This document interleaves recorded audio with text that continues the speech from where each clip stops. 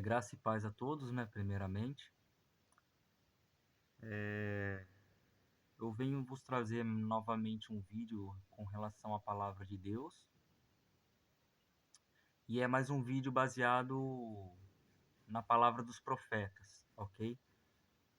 É um vídeo sobre uma profecia que Deus fez usando o profeta Isaías para trazer juízo sobre a Babilônia, né? Não era a Babilônia da época, ok? Era a futura Babilônia, a futura destruição da Babilônia.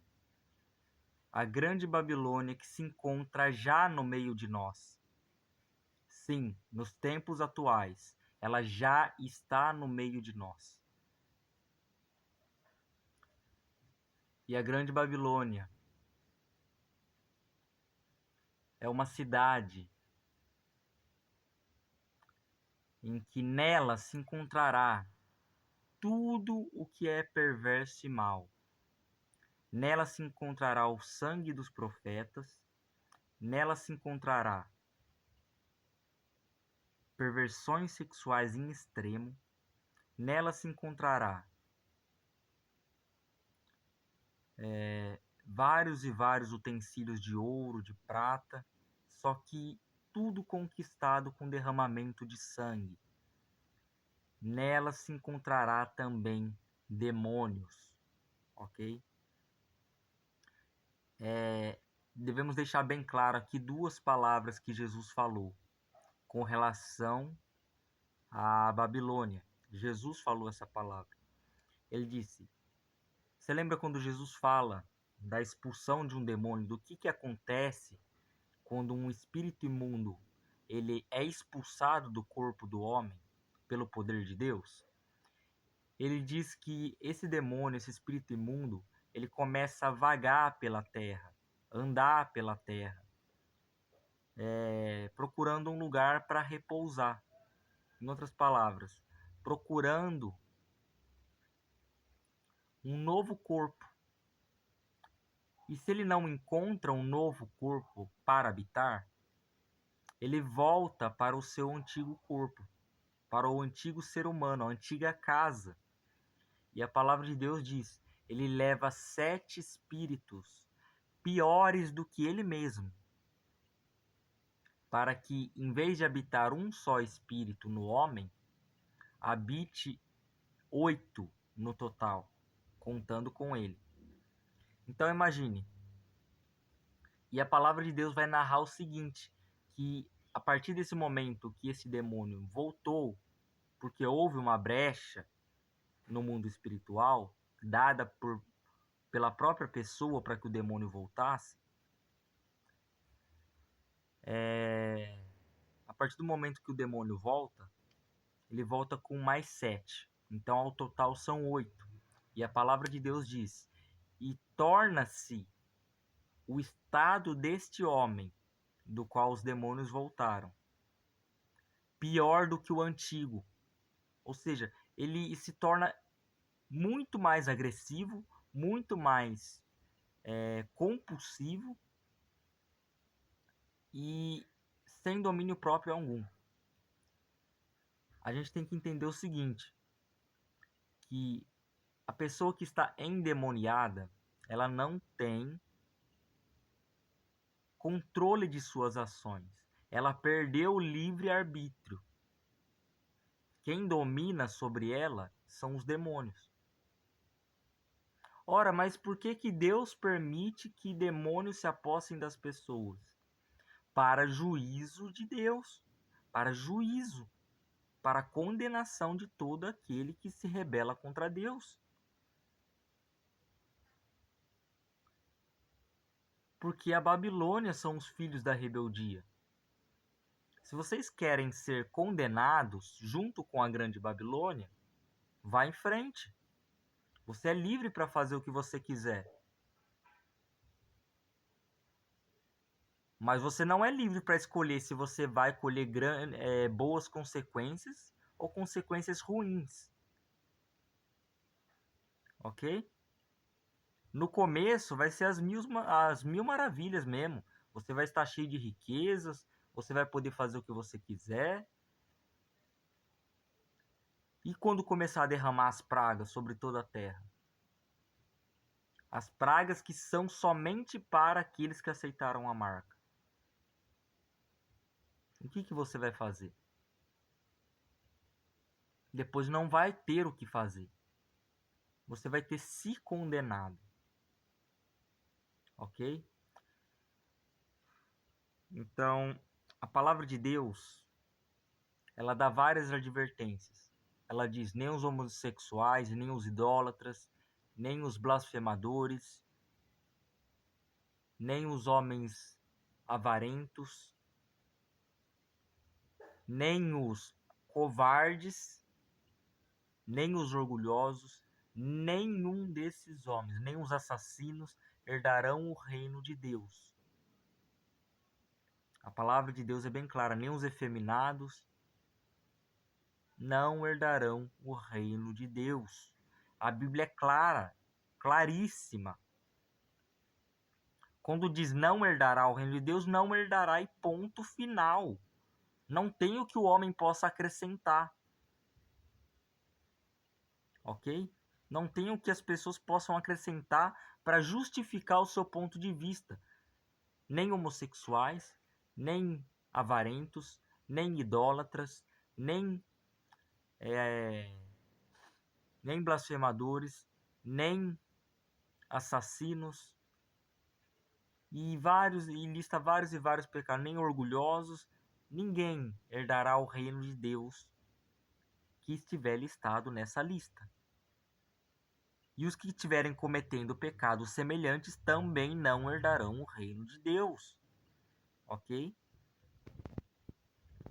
Então, essa mensagem que eu trago é uma mensagem de juízo sobre a grande Babilônia, que já está no meio de nós, só que vai surgir com muito maior evidência no tempo do fim, no decorrer das revelações no tempo do fim. Ok? Essa mensagem se encontra no livro de Isaías. A gente vai ler o capítulo 13 e o 14 a gente não vai ler completo, ok? A gente vai ler só até o 23. Seria o hino triunfal sobre a queda da Babilônia, né? E o primeiro é a profecia contra a Babilônia dos tempos atuais, entende? Sim, porque nós estamos nessa última geração. Diz o seguinte: sentença que numa visão recebeu Isaías, filho de Amós, contra a Babilônia. Alçai um estandarte sobre o monte escalvado, levantai a voz para eles, acenai-lhes com a mão, para que entre pelas portas dos tiranos. Ora, lá em Israel, há muitas e muitas e muitas guerras. Mas a quem Deus está mandando acenar as mãos, colocar um estandarte? A quem Deus está chamando? Quem Deus está convocando para entrar pelas portas dos tiranos? Ele está chamando um povo. Mas qual povo? Vamos descobrir então. Versículo 3 de Isaías 13. Eu dei ordens aos meus consagrados. Sim, chamei os meus valentes para executarem a minha ira, os que com exultação se orgulham. Ok? Ele está chamando os consagrados. Quando eu falo os consagrados, nós temos que entender que é mais de um, pelo menos. Ok? O que dá a entender é que isso também é uma profecia sobre as duas testemunhas do Apocalipse. Ok? É uma profecia das duas testemunhas do Apocalipse que foi feita por Isaías, segundo o livro de Isaías, ok? É uma descrição que ele dá das duas testemunhas. E olha que interessante, vamos ler de novo o versículo 3, ó. Eu dei ordem aos meus consagrados. Sim, chamei os meus valentes para executarem a minha ira. E o que fala no livro de Apocalipse? Que Deus dá poder a essas duas testemunhas para ferirem a terra quantas vezes quiserem, para tornar a água em sangue e para fazer parar de chover no tempo de sua profecia, que profetizarão por 1260 dias, vestidos de pano de saco. Então, nos dias em que essas duas testemunhas se levantarem para profetizar por 1260 dias, acontecerá que o mundo inteiro provará da ira de Deus. E o próprio Deus está falando que ele chamou os valentes para executarem, fazerem com que a ira de Deus aconteça na terra, por meio da fé que Deus dá a essas duas testemunhas. Ok? Tanto que Jesus fala, se você crê sem duvidar, você poderá dizer ao monte, sai deste lugar e lança-se ao mar. E assim acontecerá conforme a sua fé. Mas é uma fé que em nenhum momento você pode duvidar. Em nenhum momento você pode duvidar. Ok? Os que com exultação se orgulham. O que representa isso? Homens que se alegram de viver para Deus, que se alegram de viver uma vida justa e santa diante de Deus. Por isso que a palavra de Deus vai falar que essas duas testemunhas é as duas oliveiras e os dois castiçais de ouro que está diante do Deus de toda a terra. E fala dessas duas figuras como duas pessoas, ok? Não são anjos, são duas pessoas, dois seres humanos, ok? Já se ouve sobre os montes o rumor como de muito povo, como de muito povo. O clamor de reinos e de nações já reunidos, já congregados. O Senhor dos Exércitos passa pela revista as tropas de guerra.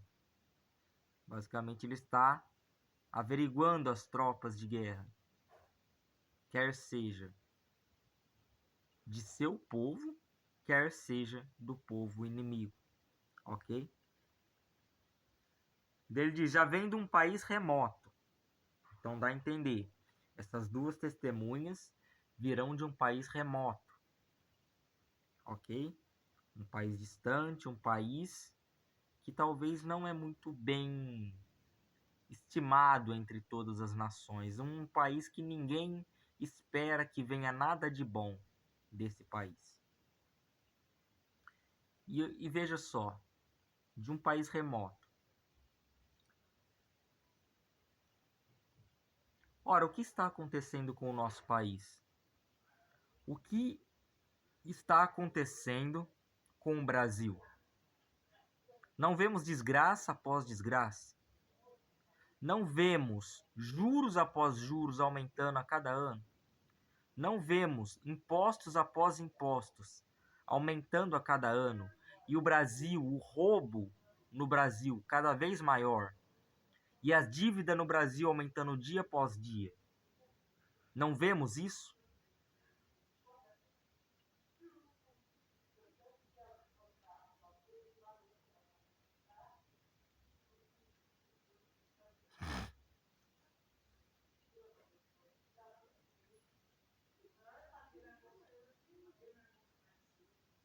Então, uma coisa que eu quero dizer é o seguinte, ó.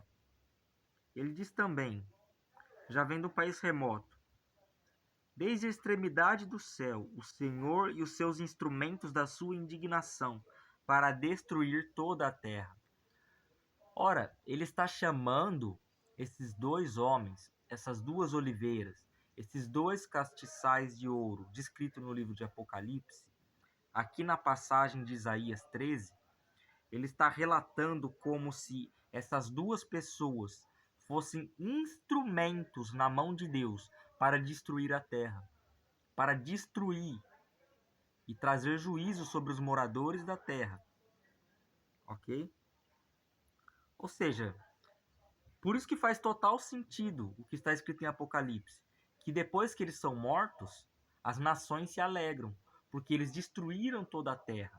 Eles profetizaram coisas horríveis sobre toda a terra e toda a terra foi destruída por causa da profecia que eles fizeram. Ok? Ele diz assim, ó, verso 6 de Isaías 13.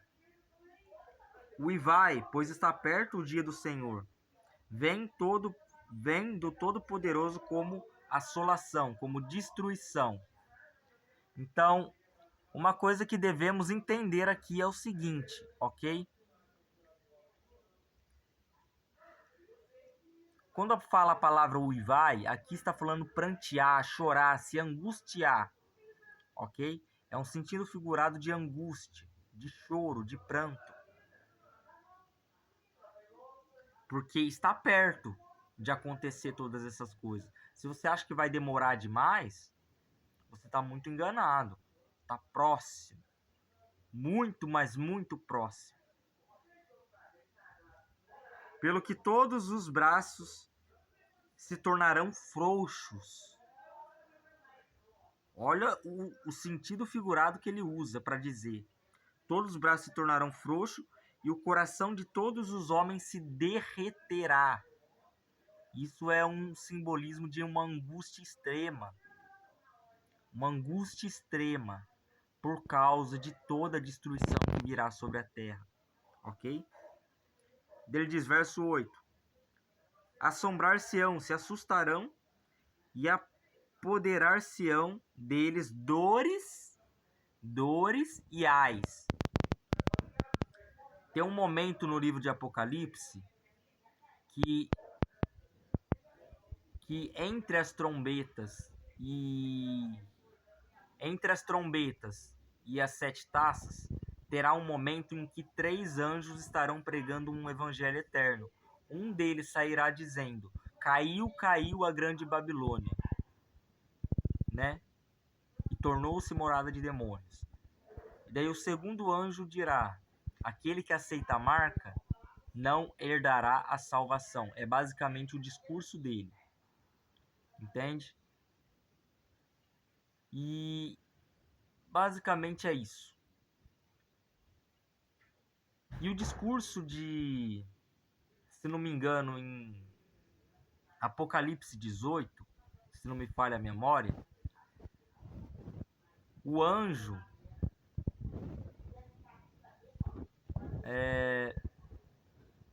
vai falar sobre a sentença da Babilônia, né? E vai dizer o seguinte, tentamos curar a Babilônia e não conseguimos. Tentamos curar. Ou seja, Deus tentou ter misericórdia dessas pessoas. E essas pessoas não quiseram a misericórdia de Deus. E não quiseram viver e morrer por Deus. Pelo que aconteceu. Pelo qual que é o resumo? Qual que é o desfecho final? O próprio Deus fala, saia dela, povo meu. Para que não seja participante de suas pragas. Que lançarei sobre ela. Mas aí que está, quando vier as 7 taças da ira de Deus, por que fala, sai dela, povo meu? Porque o próprio Deus vai tirar. O próprio Deus vai arrebatar. Na última trombeta, Deus arrebatará os seus escolhidos. Mas antes dos escolhidos serem arrebatados, como o apóstolo Paulo já nos ensinou na palavra de Deus, os mortos em Cristo ressuscitarão primeiro. E eles irão ao céu primeiro. Depois nós que estamos vivos, seremos transformados ainda em vida, em novos corpos, e seremos arrebatados. Ok? E diz assim, e daí tem, entre essas mensagens do anjo, existe os ais, né? Eis que veio o primeiro ai, ele fala, ainda resta 2 ais, né? Daí ele fala, eis que vem o segundo ai. O terceiro ai breve virá. ok? Daí quando vem o terceiro ai, aí sim começa uma grande destruição, e eu vou falar a verdade, é em ordem decrescente a destruição. É ordem crescente, perdão, a destruição. Ela começa com o mais baixo nível de destruição e ela vai piorando no decorrer das épocas. No decorrer dos anos só vai piorando. No decorrer dos anos que essas duas testemunhas profetizarem, vai ser terrível, terrível. Ok? Por isso que nós pregamos para que os homens arrependam-se de seus pecados, porque no final, o que vai condená-los é o pecado em si, ok?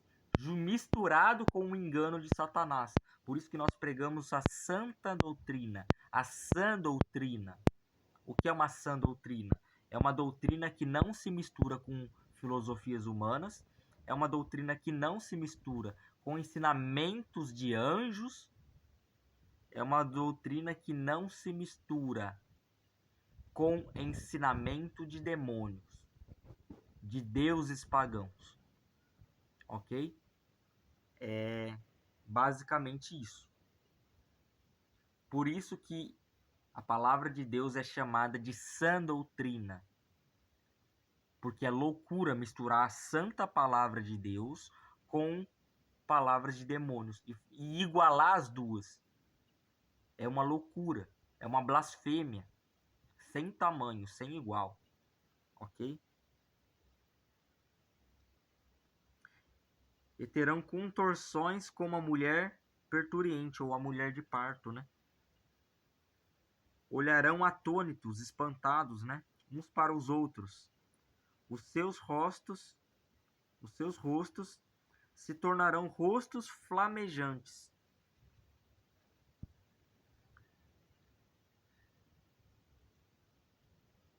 Eu não sei o que significa ao certo essa descrição de rosto flamejante, mas seria como se a angústia será tão extrema que muitos homens começarão a passar mal. Realmente, como se estivessem em febre, ardendo em febre. Ok? Rostos flamejantes representam isso. Uma angústia extrema. Você vê no rosto da pessoa que a pessoa está angustiada em extremo. Ok? E isso sobre toda a terra, tá? Ele diz: Eis que vem o dia do Senhor, dia cruel, com ira e ardente furor, para converter a terra em assolação. Assolação é um sinônimo de destruição total. E dela destruir os pecadores. Ora, todos não são pecadores? Até mesmo os escolhidos não são pecadores? Pois bem, tem uma profecia que diz que Deus destruiria da terra tanto o justo quanto o perverso, tanto o crente como o ateu. Independente. Sobre toda a carne viria a destruição. Sobre toda a carne virá a sentença de Deus. Se os justos provarem dessa sentença e morrerem, serão salvos. Mas os justos de Deus, não é o justo do mundo. A grande diferença do justo de Deus e o justo do mundo é que o justo do mundo fica dando desculpinhas e fica se justificando para dizer que ele é bom. O justo de Deus reconhece o pecado, reconhece que é mal e clama pela misericórdia de Deus todos os dias. E luta para melhorar todos os dias, mas não fica falando as coisas que faz, não fica falando que ajudou o próximo, não fica se gloriando de ajudar os outros. E o justo de Deus é mal falado. Ora, a palavra de Deus diz: ai de vós, quando todos os homens falam bem de vocês, porque assim faziam com os falsos profetas que vos antecederam. Mas a palavra de Deus diz: bem-aventurados sois vós, se você ser perseguido por causa da justiça. Que justiça é essa? Por causa da pregação da palavra de Deus, por causa de Cristo, por causa do Evangelho e por causa de viver o Evangelho.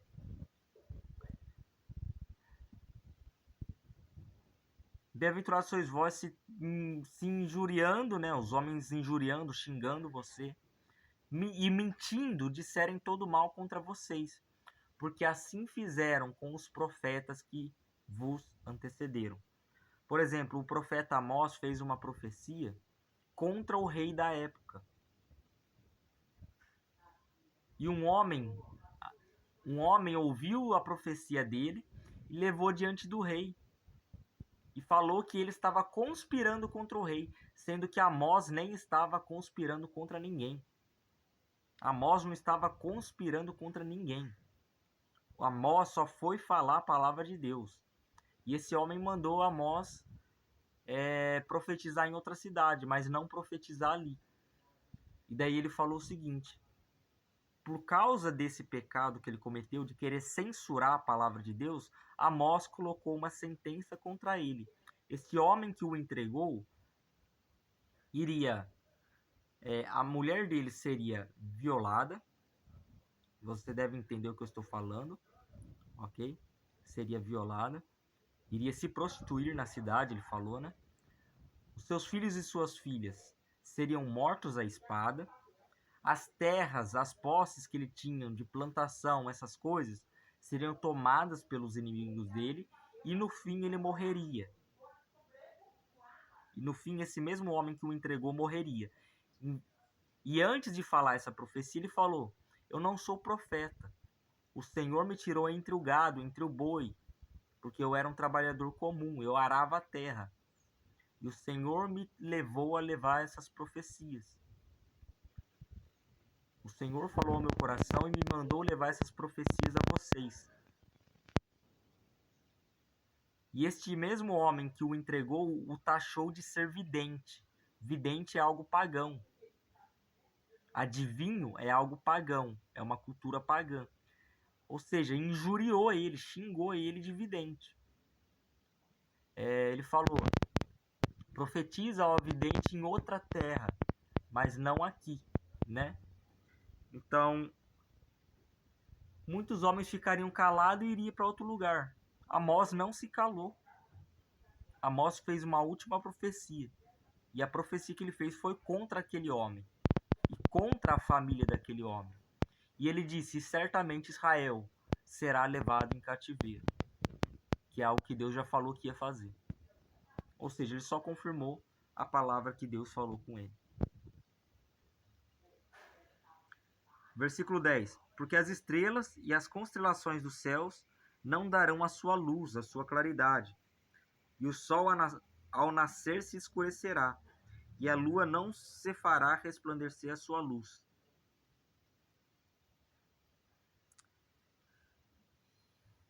Por isso será o dia do Senhor um dia de trevas e não de luz. Porque os próprios astros do céu, o sol, a lua, as estrelas, vão perder a sua claridade. Na terça parte do dia, o sol ficará escuro. E na terça parte da noite, a lua ficará escura e as estrelas ficarão escuras. Tá entendendo? E isso durante todos os dias nessa profecia. A partir de quando acontecer, o sol só vai brilhar em 2/3 do dia. Depois ele vai se apagar em 1/3 do dia enquanto ele brilha. E a lua só vai brilhar em 2/3 da noite. E durante 1/3 da noite, que completa esses terços, ela não brilhará, nem ela, nem as estrelas. Ok? É uma profecia que está em Apocalipse. Ok? Uma profecia que eles profetizaram. Então, é um complemento ao livro de Apocalipse, que ajuda a entender como um todo. Verso 11. Castigarei o mundo por causa da sua maldade, e os perversos por causa da sua iniquidade. Farei cessar a arrogância dos atrevidos, e abaterei a soberba dos violentos. Então ele está falando, homens orgulhosos, homens cheios de si, os homens atrevidos que confrontam a Deus o tempo todo, esses homens vão ser destruídos, e Deus virá com destruição. Deus virá sem dó nem piedade de ninguém, para destruir esses homens rebeldes. Ok? Farei que os homens sejam mais raros, mais escassos do que o ouro puro, mais raros do que o ouro de Ofir. Os homens serão raros nesse dia. A matança sobre homens será tão grande nesse dia que vai haver mais mulheres do que homens nessa época.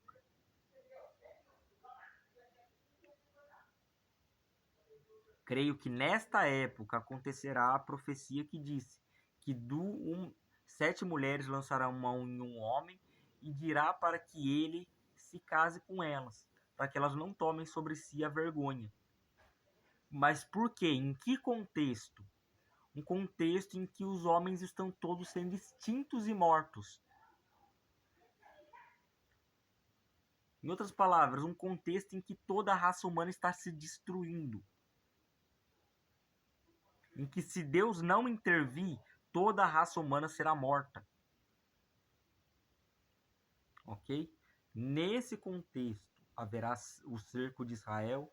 Aí sim os escolhidos serão arrebatados. Somente o povo de Deus será arrebatado. Ok? Então, se você quer fazer parte deste povo, busque a santificação em Deus, porque é Ele que tem poder para santificar o homem. O homem não é santo por si mesmo. O homem é pecador. Quem santifica o pecador é Deus. Em muitas e muitas passagens, quando é listado os mandamentos de Deus, Deus fala que Ele é o Deus que santifica. Ele é o Deus que nos santifica, que nos separa para praticar as boas obras. Não somente isso, mas para guardar a nossa fé. Ok?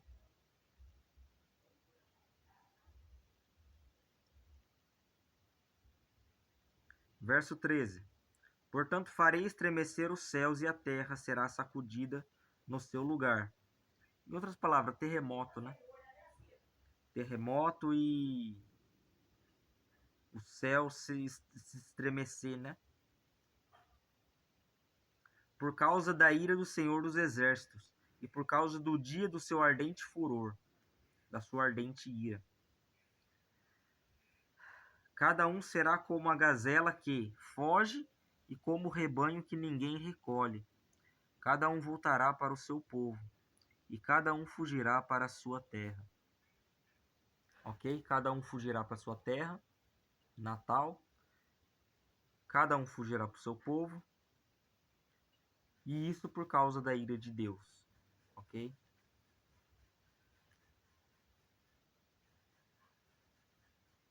E diz, quem for achado será transpassado. Ok? Será morto, né? Ora, a espada pode transpassar. Eles usavam a espada no passado, lanças no passado, para transpassar, né? Só que ultimamente a gente usa armas, né? Armas é mais fácil. Só que ainda em meio a guerras, tem soldados que ainda usam facas, né? Caso fiquem desarmados, né? Então, e tenham que ir para o combate físico. Então, sim, pode ser uma transpassação com lâmina, tá? E diz assim, cairá a espada. Suas crianças serão esmagadas perante eles. Você consegue imaginar essa cena?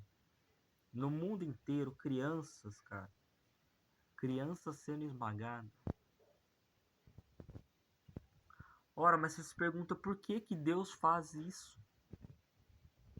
Eu direi o porquê que Deus faz isso. Para que os pais se apercebam de seus pecados. Ora, se você não quer deixar de pecar por você, deixe de pecar pelos seus filhos. Porque Deus pode matá-los. Assim como ele deu a você o seu filho, ele também pode tirar. Ele também é poderoso para tirar o seu filho de você. Então tome muito cuidado com o seu orgulho, com a sua natureza humana caída, que você tanto ama. Toma tanto cuidado, porque a sua natureza, o seu pecado, pode tirar a vida do seu filho. Ok? Pode tirar a vida do seu filho. Toma muito cuidado. Ok? Quer seja pai ou quer seja mãe, tome muito cuidado. O seu pecado pode tirar a vida do seu filho. E isso para castigar você, porque Deus sabe que você ama seu filho.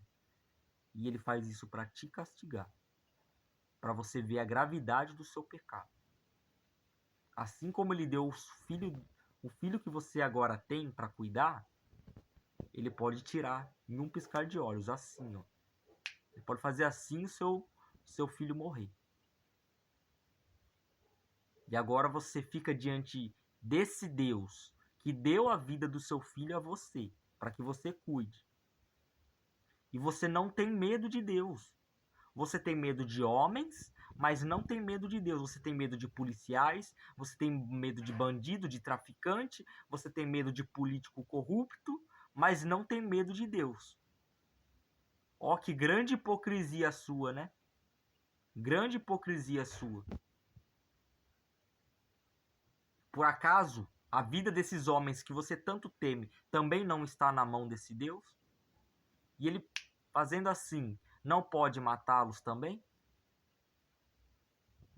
Por diversas vezes, Deus tentou matar o povo que ele mesmo escolheu para a salvação. O povo de Israel. Deus ficou tão irado com o povo de Israel e falou para Moisés: eu vou matar todo este povo e vou escolher outro povo para herdar as minhas promessas. Moisés clamou a Deus para que Deus tivesse misericórdia do povo e Deus não matou o povo. Por amor a Abraão, não foi nem por amor ao povo, foi por amor a Abraão que ele fez a promessa. Porque Deus não volta atrás em sua palavra. Foi por amor a Abraão, não foi nem por amor ao povo. O povo não estava merecendo porcaria nenhuma. Fizeram um bezerro para adorar, porque acharam que Moisés tinha morrido. E ainda que Moisés tivesse morrido, eles deveriam buscar em Deus um novo líder. E o que eles fizeram? Em vez de buscar um novo líder, eles se desesperaram e quiseram fazer um bezerro de ouro para adorar. E por causa disso foram mortos no deserto, perseguidos no deserto por 40 anos. O próprio Deus fala: foi a mim que vocês ofereceram sacrifícios e holocaustos por 40 anos no deserto, ó casa de Israel. Ou seja, Deus sabe o que aconteceu naqueles 40 anos, detalhe por detalhe. Deus sabe que não era para ele que eles estavam sacrificando.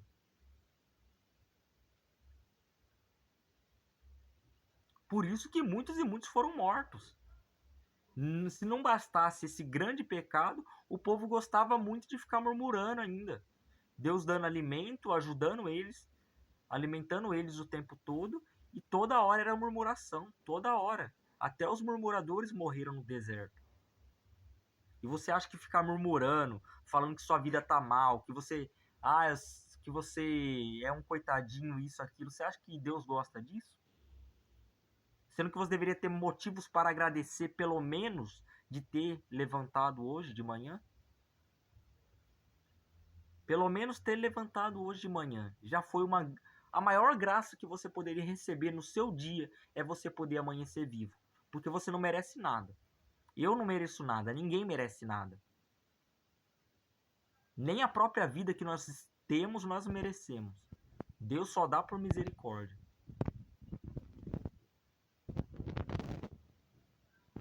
E você ainda não quer se arrepender de seus pecados? Você ainda acha que você é tão bom assim? Tão digno assim? Você acha que você é digno de salvação? Eu peço para que você repense os seus conceitos. Porque eu, desde a minha caminhada cristã até hoje, Nunca me vi digno de salvação alguma. E até hoje não me vejo digno de salvação. Mas eu confio em Deus. Eu confio que Ele pode me salvar. Que o que é impossível para mim, que é alcançar a salvação, é possível para Ele. E que a minha salvação está na mão dele, não na minha. Por isso o meu coração está em paz, porque eu sei quem tem cuidado da minha salvação. Quem tem cuidado da minha salvação é um Deus que nunca falha e nunca falhou. Ok? Versículo 16. Suas crianças serão esmagadas perante eles, as suas casas serão saqueadas e as suas mulheres violadas. Você sabe qual que é o tipo de violação, né? Não precisa falar. Você é adulto, você é adolescente, você já sabe qual tipo de violação é. E, aliás, acontece muito no nosso país, né? Eis que eu despertarei contra eles os medos, que não farão caso da prata, nem tampouco desejarão o ouro. Ou seja, esses homens virão para matar. Eles não vão querer vir para pegar dinheiro. Eles vão vir para querer matar.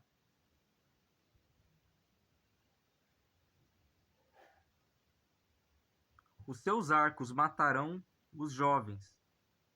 Eles não se compadecerão do fruto do ventre, ou seja, de mulheres grávidas, né? Os seus olhos não pouparão as crianças. E é isso que eu quero vir falar para você.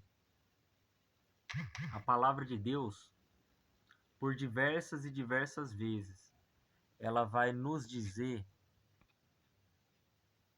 que nós devemos ser como crianças.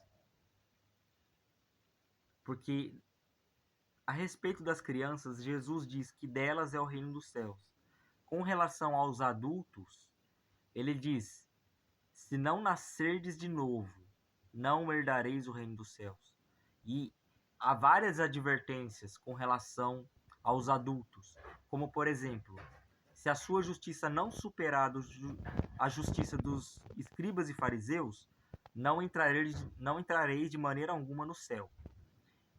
Outra mensagem: se não vos converterdes e serdes como crianças. Quando fala ser, não é fingimento, é ser literalmente uma criança.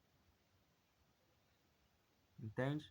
Mantendo o intelecto de um adulto, ok? Para tomar decisões, porém, ser como uma criança literalmente. Ora, o que a criança faz? Quando ela briga com um coleguinha dela, daqui a pouco você vê as duas brincando novamente. Daí você fala, mas a criança ela não pediu perdão, não fez isso, não fez aquilo. E eu te pergunto, precisa pedir? Precisa?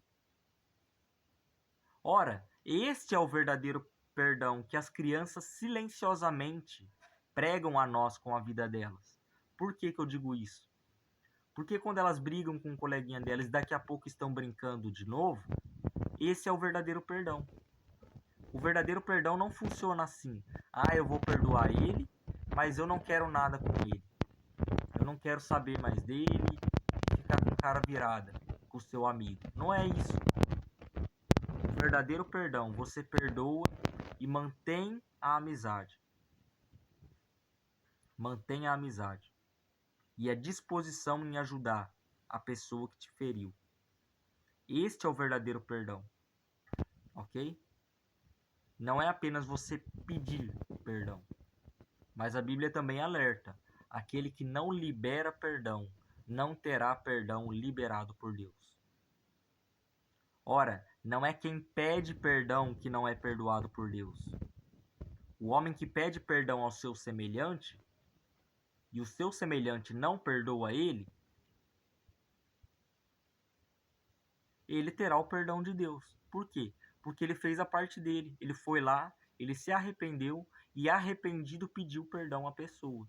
A pessoa não quis perdoar.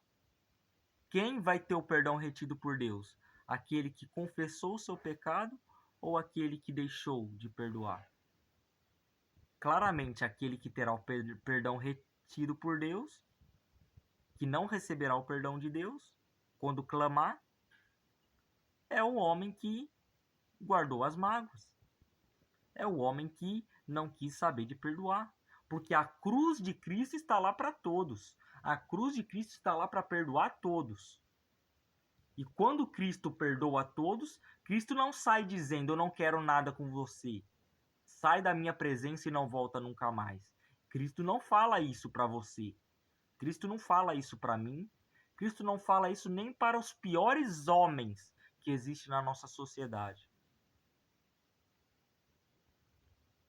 E agora você quer se colocar no direito de ser o favorito de Deus? Deus não tem favorito nenhum, não. Nem Paulo, nem Apolo, nem Pedro. O Pedro, que era um dos melhores amigos de Jesus na terra, não foi o favorito de Jesus. Jesus não passou a mão na cabeça dele. Então, repense os seus conceitos. Deus não tem favorito. Ok? Deus não tem favoritos aqui na terra.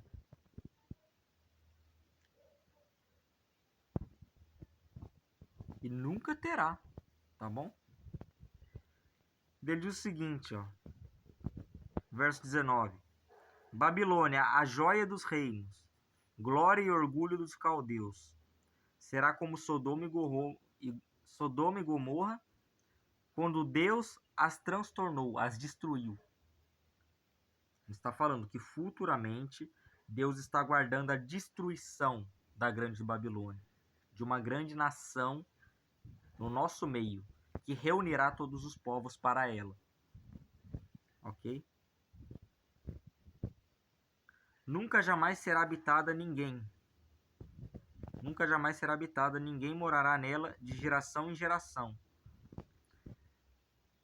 Eis aí um detalhe muito interessante.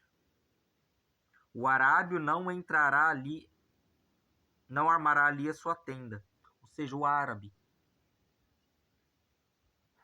Eu tenho falado há muito tempo que a nação da Arábia Saudita é a nação de onde virá o anticristo. Há muito tempo tenho falado isso, com várias e várias bases bíblicas. Se vocês não estão acreditando, o problema é de vocês. O problema é de vocês. Eu estou avisando, eu estou alertando, mas até quando eu terei liberdade para fazer isso, sem ser perseguido e morto? Ok? Eu não sei nem se amanhã eu vou levantar vivo, quanto mais se eu vou ser perseguido e morto.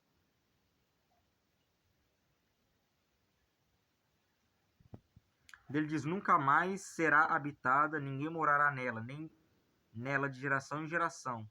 O arábio não armará ali a sua tenda, nem tampouco os pastores farão ali deitar os seus rebanhos. Porém nela as feras do deserto repousarão, e as suas casas se encherão de corujas. Ali habitarão as avestruzes, e os sátiros pularão ali. As hienas uivarão nos seus castelos, ou nos seus palácios, né? Os chacais nos seus palácios de prazer. Está prestes a chegar o seu tempo, e os seus dias se prolongarão. Ok? Essa é a profecia contra a Babilônia, que Deus fez. Contra a nação, contra o mundo e contra a nação que será a Babilônia. De onde surgirá o anticristo e aonde ele reunirá os povos de toda a terra para ali morar, como fez Nimrod, né?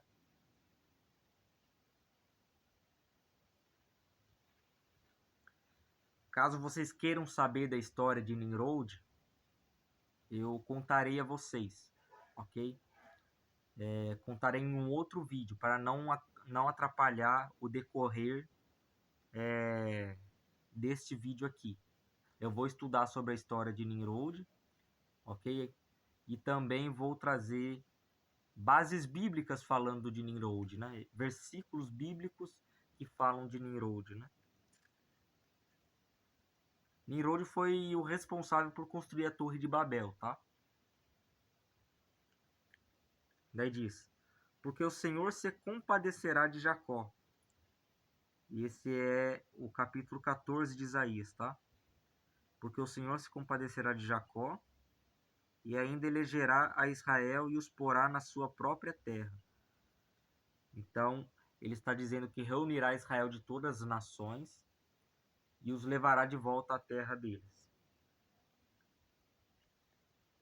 E unir-se-ão a eles os estrangeiros. Em outras palavras, olha que interessante, os gentios, os estrangeiros, estarão no meio deles. E esses se achegarão à casa de Jacó. Ou seja, vão se congregar nos templos de Israel também. Os gentios vão congregar nos templos de Israel também. É o que dá a entender. Os povos os tomarão e os levarão aos lugares deles. E a terra de Israel os possuirá por servos e servas. Ou seja, pessoas que ajudam, né, que auxiliam na obra do povo de Israel, né? Na terra do Senhor cativarão aqueles que os cativaram e dominarão os seus opressores. Olha que interessante a promessa que Deus tem para Israel. Eles levarão presos aqueles que prenderam eles e dominarão os opressores, os que oprimiram eles. Dominarão sobre eles. E diz: no dia em que Deus vier a dar-te descanso do seu trabalho, das suas angústias e da dura servidão com que te fizeram servir. Essa servidão que ele está querendo falar é uma espécie de escravidão bem sutil, tá? Não pensa que a escravidão acabou na época, tá? Uma espécie de escravidão que poucas pessoas falam é aumento de carga horária de trabalho. Lá no Egito, foi o que eles fizeram para manter os israelitas escravos, ok? Manter o povo hebreu daquela época escravo. O que eles fizeram? Aumentaram as cargas horárias de serviço. Assim os homens ficavam mais cansados, eles não conseguiam reproduzir e ter filhos, e o povo ficava cada vez mais cansado, dia após dia mais cansado, e contraíam vários e vários problemas em sua própria saúde, né? Porque você sobrecarrega o corpo, né? E diz, verso 4: então proferirás este montejo contra o rei de Babilônia, e dirás: como cessou o opressor? Como acabou a tirania?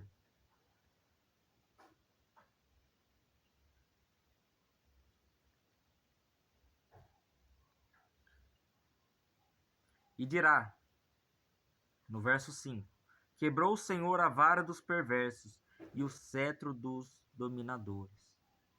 A vara, ela geralmente serve para corrigir o caminho da ovelha, ok? O pastor batia no lombo da ovelha com a vara para corrigir a rota da ovelha, ok? Para ela voltar junto com o rebanho que ele estava andando, ok? Então,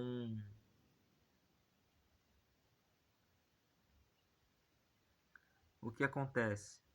Diz o seguinte: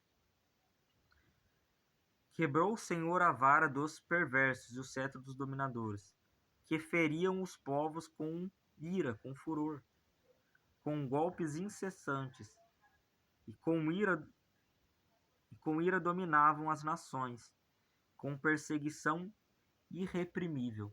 Aqui ele está querendo falar logicamente, eu já falei várias vezes,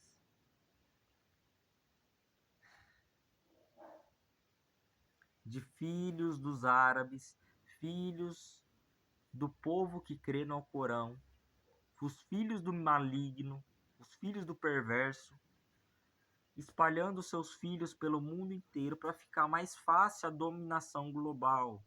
Pelo amor de Deus, é tão difícil entender? É tão difícil entender assim? Eu creio que não seja.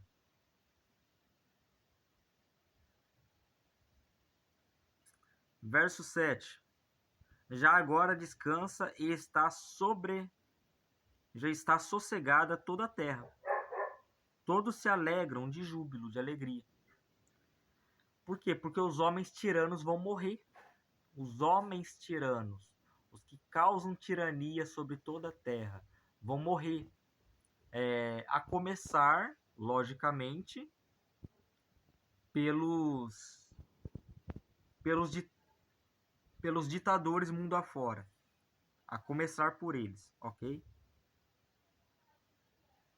Até os ciprestes se alegram sobre ti, e os cedros do Líbano exclamam desde que tu caíste, ninguém já sobe contra nós para nos cortar. Basicamente, as pessoas estão comemorando que esses tiranos estão morrendo, esses homens opressores estão morrendo, porque aí sim cessou a opressão. Homens justos estão governando e os opressores estão morrendo.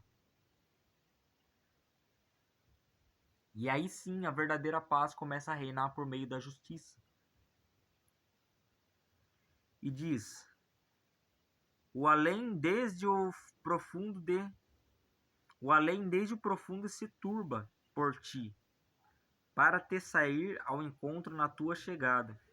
Ele por tua causa desperta as sombras e todos os príncipes da terra, e faz levantar todos os seus tronos e todos os reis das nações.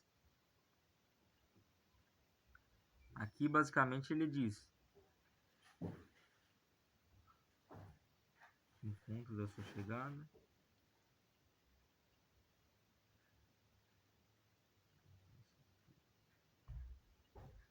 Sim, aqui esse texto está mais querendo representar o seguinte, que a gente vai ler mais para frente, que vai estar falando de Satanás, ok?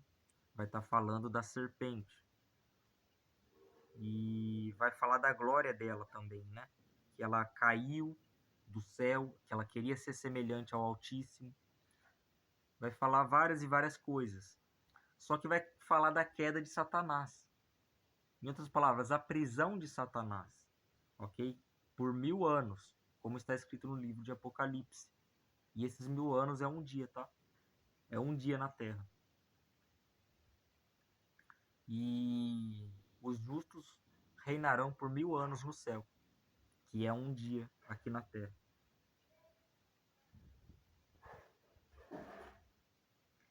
E quando estiver derramando as 7 taças, cada uma das 7 taças são aperitivos e ceias do banquete das bodas lá em cima, tá? A alma das pessoas que estiverem lá em cima estarão sendo saciadas de justiça e de sede e de fome de justiça.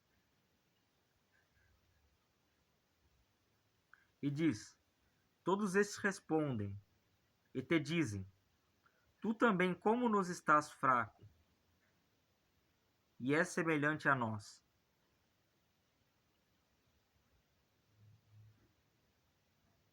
Derribada está a cova, a tua soberba, também o som da tua harpa. Por debaixo de ti uma cama de gusanos, e os vermes são a tua coberta. Aqui ele está falando da condenação do anticristo, do falso profeta e do anticristo, que serão lançados ainda em vida no lago de fogo, ok? Ele está falando a respeito do anticristo aqui, tá? Mas isso acontecerá tudo em um dia só. O exército do anticristo ser morto, o exército do anticristo vai ser morto, o anticristo vai ser e o falso profeta vai ser lançado no lago de fogo, e ao mesmo tempo Satanás vai ser preso por 1000 anos, que é um dia. Porque está escrito na palavra de Deus que em um só dia trará a Deus todos o castigo sobre os adoradores da besta, ok? Em um só dia. É o que promete as profecias dos profetas. Um só dia. Dele diz a sentença de Satanás agora, ok? No versículo 12 de Isaías 14. Diz assim: como caíste do céu, ó estrela da manhã. Ok. Por que na palavra de Deus, estrela da manhã é utilizada para representar Lúcifer e é tratada para representar também Jesus, ok? Vamos dizer o seguinte: Lúcifer queria ser como Deus, ele queria se parecer Deus e queria reinar como Deus, ok? E ele caiu do céu, foi atirado para a terra e permanece sobre a terra, solto sobre a terra, ok? Ele é o grande Leviatã, que oprime todos os homens, a ponto de fazê-los até se suicidar.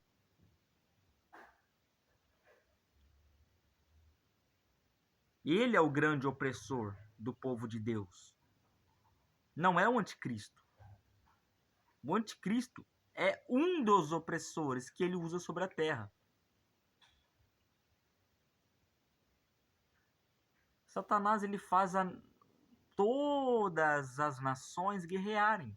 Ele faz todos os povos guerrearem. Ele faz filho matar o pai matar o filho, com a influência de sua doutrina e lançando setas, pensamentos malignos no seu coração, falando a sua mente, a seu ouvido, e fazendo você pensar que é um pensamento seu. Então eu te pergunto, como você sabe se é você que está querendo fazer isso ou se é Satanás te tentando? Ora, não é normal um pai matar o filho, nem um filho matar o pai. E o que a palavra de Deus diz? Que no fim dos tempos, os homens não teriam afeição natural, um amor natural. Que amor natural é esse? É natural que um pai ame o filho e que dê a sua vida para defender a vida do filho. Nem esse tipo de amor está sendo preservado na nossa geração.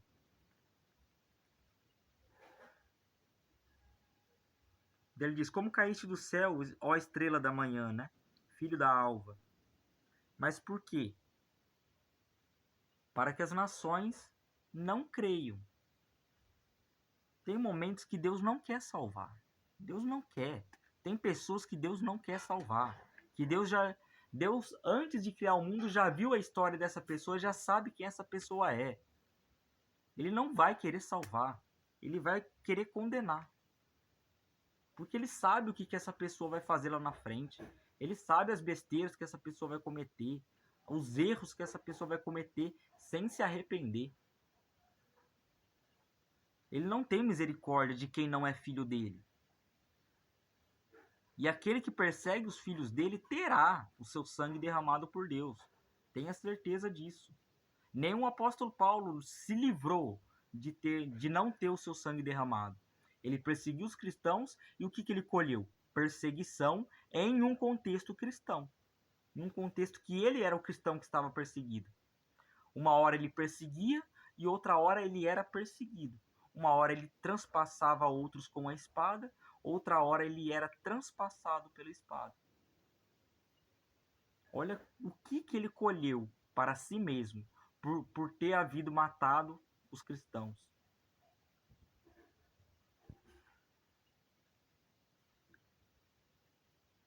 Como caíste do céu, ó estrela da manhã, filho da alva? Como foste lançado por terra, tu que debilitavas as nações? Ou seja, tu que seduzia, enganava as nações e causava toda a contenda nas nações para enfraquecer todos os homens, para desmotivá-lo, para que eles não tenham fé em Deus, né? Para fazer morrer a esperança em Deus no coração dos homens. Esse é o desejo de Satanás. Fazer não você morrer. Não é somente querer te matar. Não é somente roubar, matar e destruir. É também fazer morrer a esperança da sua salvação. Ele quer lançar fora toda a sua esperança antes de te matar. Ele é completamente mau e perverso. Ok? Assim como não tem salvação para ele, não tem salvação para o anticristo. O anticristo não é um homem que é coitadinho, não. Tá? Ele é um homem cheio de nomes de blasfêmias. Em outras palavras, cheio de demônios. Cheio de adoração a deuses pagãos, a ídolos, a demônios. Daí diz: tu dizias no teu coração, a respeito de Satanás aqui, né? Eu subirei ao céu, acima das estrelas de Deus. Exaltarei o meu trono. E no monte da congregação me assentarei, nas extremidades do norte. Isso era uma localidade lá no céu, né? Uma localização lá no céu. Desconhecida para nós, provavelmente. Subirei acima das mais altas nuvens e serei semelhante ao Altíssimo. Ou seja, ele está falando que ele vai ser igual a Deus. Porque ele gloriava de sua grandeza. O Leviatã é um ser imenso, extenso. Para você ter uma ideia, o Leviatã tem o tamanho da própria Terra. Ele circula a Terra. Olha o tamanho desse ser. Ele diz: contudo serás precipitado para o reino dos mortos, no mais profundo abismo. E nós conhecemos que, quando a Bíblia fala de abismo, ela fala do abismo primordial, ok? Que Jesus, o Espírito onisciente de Deus, estava andando sobre a face das águas. E havia trevas sobre a face das águas. Havia um grande abismo, né? E sobre esse abismo foi construída a terra. E dividindo essas águas, levando umas para o céu, fora do domo, e deixando algumas na terra, e separando, afastando a terra para que aparecesse a parte seca. Assim Deus criou a terra e criou ela plana. Os que te virem te contemplarão, hão de fitar-te, ou seja, olhar-te e dizer-te: é este o homem que fazia tremer a terra e tremer os reinos? Aqui agora ele está falando do anticristo. Os homens verão a condenação do anticristo e pensarão assim: era esse homem que fez toda a terra se dobrar diante dele? É esse homem que fez tremer os reinos?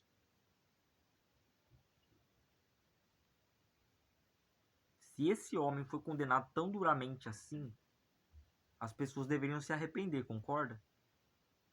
E o texto bíblico narra: não haverá arrependimento da parte deles. Eles blasfemarão. Não herdarão o reino de Deus. Porque fiel é Deus para condená-los. Fiel é Deus para destruir os inimigos de seu povo. Ok?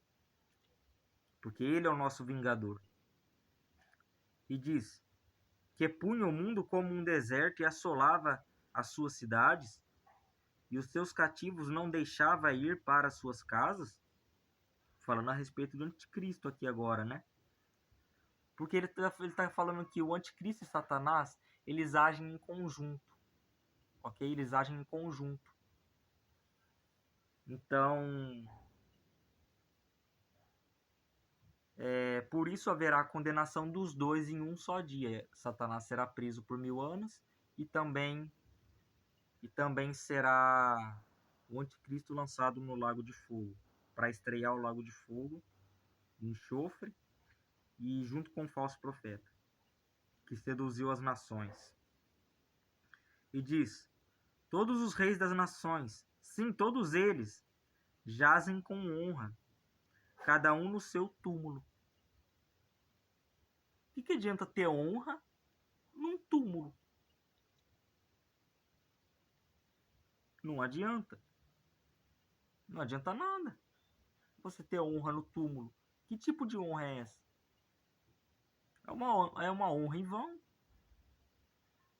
Ele diz: mas tu és lançado fora da tua sepultura, como um renovo bastardo, coberto de mortos, transpassado a espada, cujos cadáveres descem à cova e são pisados de pedras.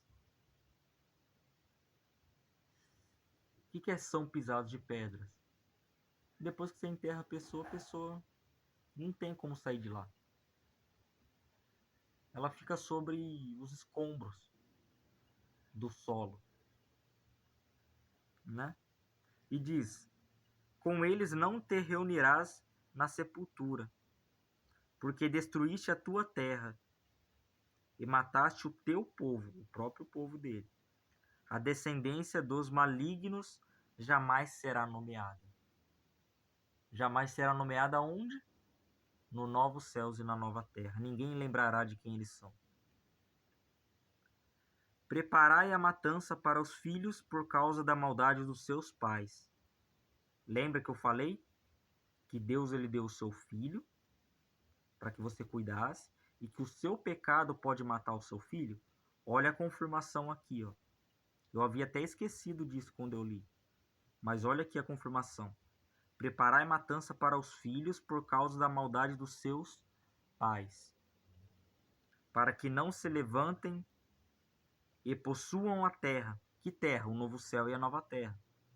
E encham o mundo de cidades.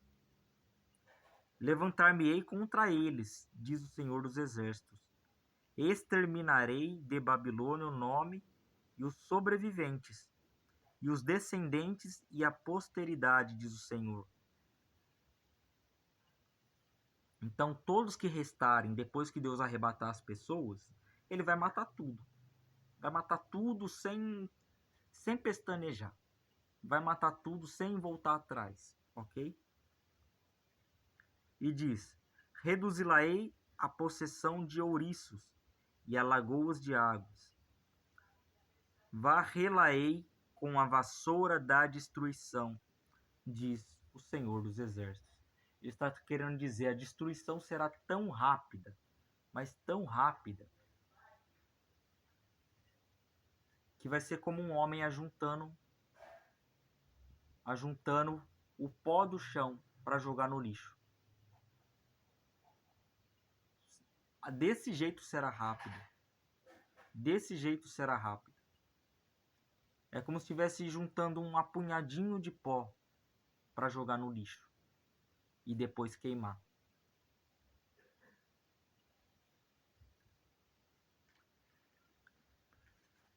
Ora, logo vou trazer um vídeo comprovando para vocês a existência de um inferno, onde existe um lago de fogo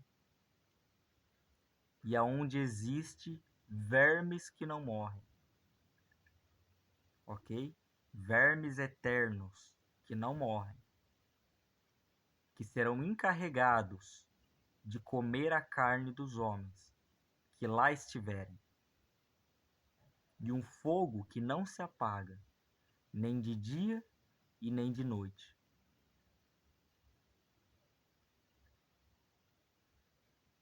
Eu venho vos trazer essa notícia, mas eu também venho trazer uma boa nova.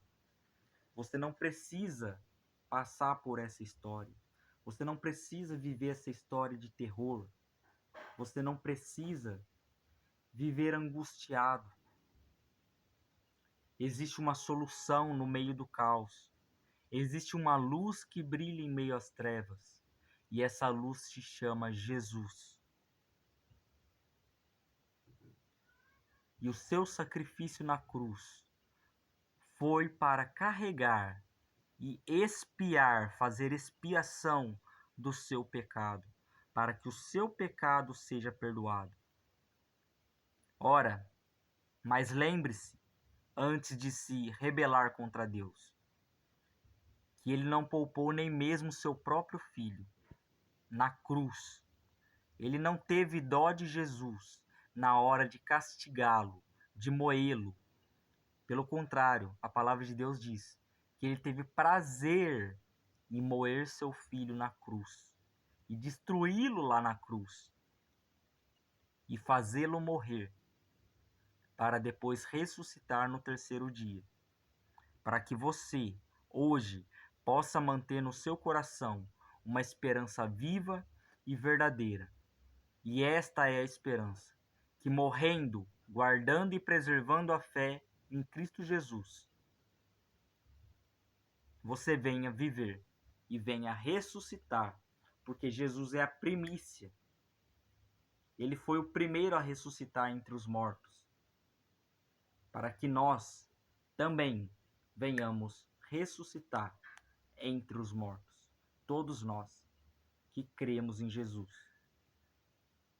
Porque haverá a primeira ressurreição dos mortos, tá? Haverá a primeira ressurreição dos mortos, que é a ressurreição dos que morreram em Cristo e vão para o céu. E depois os vivos serão transformados e arrebatados. E depois todos os que Deus matou em toda a terra serão ressuscitados. Se eles morreram no oceano, eles vão ressuscitar no oceano e vão ser arrebatados ao céu rapidamente. E se eles morreram na terra, serão ressuscitados e tirados de dentro da terra e arrebatados também. E isso para o grande dia do juízo final. O juízo diante do trono branco de Deus, onde Deus julgará toda a humanidade, sem exceção, toda ela. Toda ela. Então não fique preocupadinho se você